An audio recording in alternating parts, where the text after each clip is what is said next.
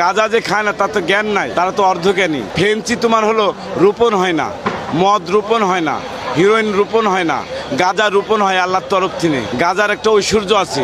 আর গাঁজাকে আমরা মাদক না বলি। গাঁজাকে কেন মাদক বলবে? গাঁজা হলো ঘর থেকে সন্ন্যাসী পাগলদের খানা। লালন মেলার অনেক কিছুই আকর্ষণ, কিন্তু এই আকর্ষণের প্রাণ কেন্দ্র কুড়াল, যেটাতে হচ্ছে আমরা জানতাম যে গাছ কাটে। কুড়ালটার দাম কত?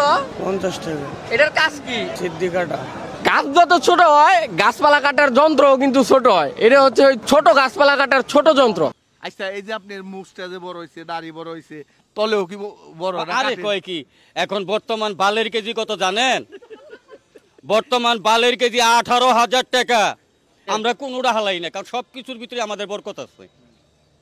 চিন্তা করেন, মানে সবকিছুর ভিতরে বরকত আছে। কি আর কমো কর, আমার ভাষা নাই।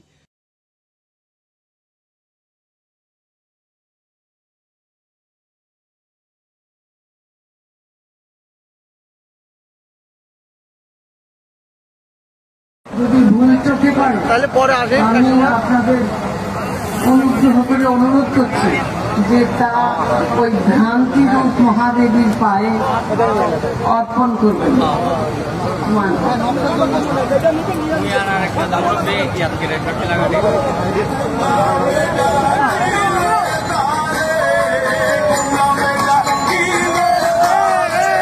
আঙ্কেল আসসালামু আলাইকুম। এগুলা এখানে এখানে কত সমস্যা? আমি তো বলছি তাড়াতাড়ি সরেন এখান থেকে। সমস্যা আছে? আবার সমস্যা আছে মানে আপনি জানেন?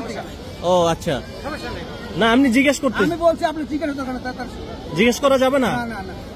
ও না, এগুলা কি বিক্রি করেন? আরে আপনি জানতেন থেকে আবার তা বিক্রি করেন? আমার টাইম ভালাই দেবেন বলছি। ও এমনি বসে আছেন? আচ্ছা আচ্ছা, তো রাগ হইলে হইব আঙ্কেল? আবার কয় কথা, আমি কইছি আপনি সরতে একবার বলছি, বাংলা বুঝুন না নাকি? ব্যবসা বন্ধ করেন, বাইরে দিয়ে ব্যবসা করেন। ব্যবসা ছেড়ে দেন। আসসালামু আলাইকুম দিদি, কোথা থেকে আসছেন লালন মেলায়? ঢাকা থেকে আসছেন। প্রতিবারই কি আসা হয়? এবার নিয়ে 10 বার আসা হলো। লালন সাইজের অনুসারী আশিকার। আসলে কি রবীন্দ্র সাথে এখানে বসা হয়? হ্যাঁ, এখানে বসা হয়, নবপ্রাণে বসা হয়। আচ্ছা আচ্ছা, এবার কেমন লাগছে লালন মেলা? অসাধারণ। অসাধারণ। আসলে আমি পাগল মানুষ, আর সাইজের পাগল আমি প্রতি বছরই। ধন্যবাদ।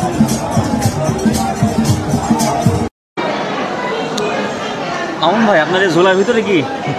হ্যাঁ, এই আমার এটাই আমার পুঁজি, তবিল বাট্টারা, চাল জল সব এর মধ্যে আর কি রাখা। এখন এই যে সন্ধ্যা ভক্তি করা লাগবে, এই গুরু কার্য চলবে।